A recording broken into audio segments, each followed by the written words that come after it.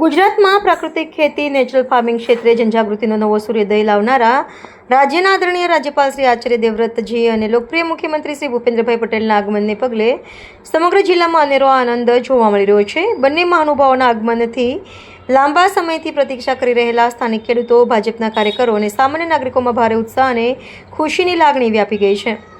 એક પેડ માં કે નામ મહાઅભિયાન અને મુલાકાત નિયત કાર્યક્રમ અનુસાર આજે 18 જૂનના રોજ આયોજિત વિશેષ કાર્યક્રમમાં રાજ્યપાલ શ્રી અને મુખ્યમંત્રીશ્રીએ હાજરી આપી હતી. પર્યાવરણની સુરક્ષા અને ગ્રીન કવર વધારવાના ઉદ્દેશ્ય સાથે વડાપ્રધાન શ્રી નરેન્દ્ર મોદી પ્રેરિત એક પેડ માં કે નામ અભિયાન અંતર્ગત ગરિમાપૂર્ણ વૃક્ષારોપણ કાર્યક્રમ યોજાયો હતો.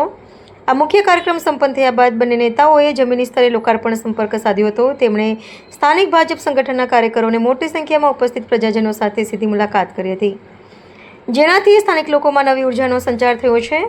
ખેડૂતો અને જનતામાં શા માટે આટલો ઉત્સાહ? રાજ્યપાલ આચાર્ય દેવવ્રતજીએ ગુજરાતના ખૂણે ખૂણે ફરીને રાસાયણિક મુક્ત ગાય આધારિત પ્રાકૃતિક ખેતીનો સંદેશ પહોંચાડ્યો છે, જેને મુખ્યમંત્રી ભૂપેન્દ્રભાઈ પટેલની સરકારે વહીવટી અને આર્થિક પીઠબળ પૂરું પાડીને વેગ આપ્યો છે. આ એ નેતાઓ છે જેમણે આપણી ધરતી માતાને બચાવવા અને ખેડૂતોની આવક બમણી કરવા પ્રાકૃતિક ખેતીની ઝુંબેશ ઉપાડી છે. આજે જ્યારે તેઓ આપણી વચ્ચે આવ્યા છે ત્યારે એક પેડ માં કે નામ થકી પર્યાવરણ સુધારવાનો અમારો સંકલ્પ વધુ મજબૂત બન્યો છે. ખેરગામ તાલુકાના પાણી ખડક ગામે રાજ્યપાલ શ્રી આચાર્ય દેવવ્રતજી અને મુખ્યમંત્રી ભૂપેન્દ્ર પટેલે રાત્રિ સભા યોજી ગ્રામજનો સાથે કર્યો આત્મીય સંવાદ. રાજ્યપાલ શ્રીએ પ્રાથમિક શાળામાં આયોજિત રાત્રિ સભામાં સ્વચ્છતા, વૃક્ષારોપણ, ભ્રષ્ટાચારની બચત, નશામુક્તિ અને પ્રાકૃતિક ખેતીને અપનાવવા ગ્રામજનોને કર્યો અનુરોધ. ભાવિ પેઢીને ઉન્નત કરવા સુદૃઢ શિક્ષણ અને સંસ્કારોની સુદૃઢતા જરૂરી. બાળકોને વ્યસનથી દૂર રાખી તેને સંસ્કારોથી પોષિત કરો. ખેતીની આવક વધારવા પ્રાકૃતિક ખેતી સાથે આધુનિક ટેકનોલોજીના ઉપયોગથી બ્રીડિંગ થયેલા દુધાળા પશુઓ ખેડૂતો માટે વરદાન રૂપ. સ્વચ્છતાને સ્વભાવ અને રોજિંદા જીવનનો અંગ બનાવીએ. વડાપ્રધાનશ્રીની પ્રેરણાથી ગુજરાતની આદિવાસી જનતા માટે જનજાતીય કલ્યાણ યોજના અંતર્ગત આગામી 5 વર્ષમાં 2 લાખ કરોડનો ખર્ચ કરવામાં આવશે. જનજાતીય કલ્યાણ યોજના ઉમરગામથી અંબાજી સુધીમાં આદિજાતિ બેલ્ટના વિકાસમાં આમૂલ પરિવર્તન લાવશે. મુખ્યમંત્રી શ્રી ભૂપેન્દ્ર પટેલે ગ્રામજનોની સમસ્યાઓ જાણી તેના ત્વરિત નિવારણ માટે સ્થાનિક તંત્રને સૂચના આપી.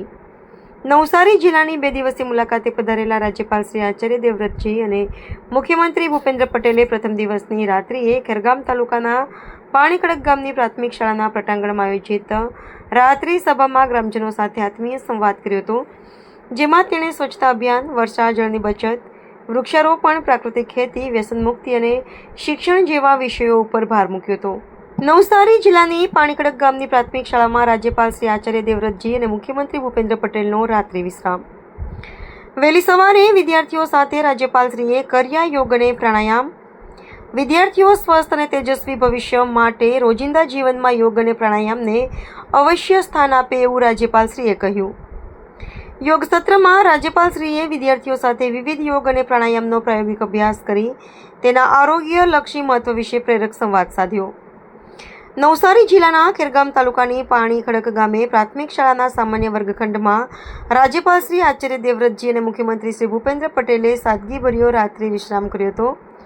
ઉઘડતી સવારે રાજ્યપાલશ્રીએ શાળાના વિદ્યાર્થીઓ, ગ્રામજનો તેમજ યુવાનો સાથે યોગાભ્યાસ કર્યો હતો.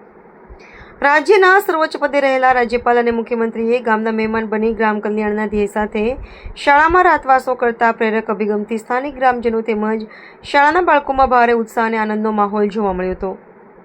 વહેલી સવારે યોજાયેલા વિશેષ યોગ સત્રમાં રાજ્યપાલશ્રીએ શાળાના વિદ્યાર્થીઓ સાથે સ્વયં વિવિધ યોગાસનો કર્યા હતા અને બાળકોને યોગના શારીરિક તથા માનસિક ફાયદાઓ વિશે વિસ્તૃત માર્ગદર્શન પૂરું પાડ્યું હતું. રાજ્યપાલ શ્રી આચાર્ય દેવવ્રતજીએ ખેરગામ તાલુકાના આછવણી ગામે હિયાન પ્રાકૃતિક ફાર્મની મુલાકાત લીધી. રાજ્યપાલશ્રીએ ખેતરની વચ્ચે ખાટલે બેસી ખેડૂતો સાથે સીધો સંવાદ કર્યો. ગોદુગ્ધ દોહન કરી ધરતીપુત્રોને પ્રોત્સાહિત કર્યા. પામઓઇલની ખેતી પદ્ધતિનું નિરીક્ષણ કરી રાજ્યપાલશ્રીએ ખુશી વ્યક્ત કરી. પ્રાકૃતિક ખેતીના 5 આયામ જીવામૃત, બીજામૃત, આચ્છાદન, વાપસા અને મિશ્ર પાકના ઉપયોગથી થતી પ્રાકૃતિક ખેતી અંગે ખેડૂતોને માર્ગદર્શન આપ્યું. નવસારી જિલ્લાના 2 દિવસીય પ્રવાસે પધારેલા રાજ્યપાલ શ્રી આચાર્ય દેવવ્રતજીના પ્રવાસના બીજા દિવસે સવારે આછવણી ગામમાં આવેલા મહેશબાબુ ગુલાબભાઈ પટેલના હિયાન પ્રાકૃતિક ફાર્મની મુલાકાતે પહોંચ્યા હતા. રાજ્યમાં પ્રાકૃતિક ખેતીના પ્રણેતા રાજ્યપાલશ્રીએ અહીં જાતે ગૌદુગ્ધ દોહન કર્યું હતું. ગાયના દૂધનું પ્રમાણ વધારતા પૌષ્ટિક પશુ આહારનું મહત્વ સમજાવ્યું હતું. મહેશભાઈના ખેતરમાં રાજ્યપાલશ્રીએ જાતે ઘાસચારો કાપીને ગાયોને અર્પણ કર્યો હતો. રાજ્યપાલશ્રીએ પાકનું મૂલ્યવર્ધન કરી વેચાણ કરતા પ્રગતિશીલ ખેડૂત મહેશભાઈ પટેલની પ્રગતિશીલ ખેતી અને વેલ્યુ એડિશન અંગે જાણકારી મેળવી હતી. ખેતરમાં કુદરતના ખોળે ખાટલા પર સાદગીપૂર્ણ વાતાવરણમાં બેસી ઉપસ્થિત ખેડૂતો સાથે રાજ્યપાલશ્રીએ સીધો સંવાદ કર્યો હતો. તેમણે જણાવ્યું હતું કે સૌ ખેડૂતો ઝેરમુક્ત ખેતી છોડી પ્રાકૃતિક ખેતી તરફ વળે, સમયની માંગ છે. મહેશભાઈએ જ્યારથી રાસાયણિક ખેતી છોડી ત્યારથી તેમના ખેતરની માટી સોનું બની ચૂકી છે.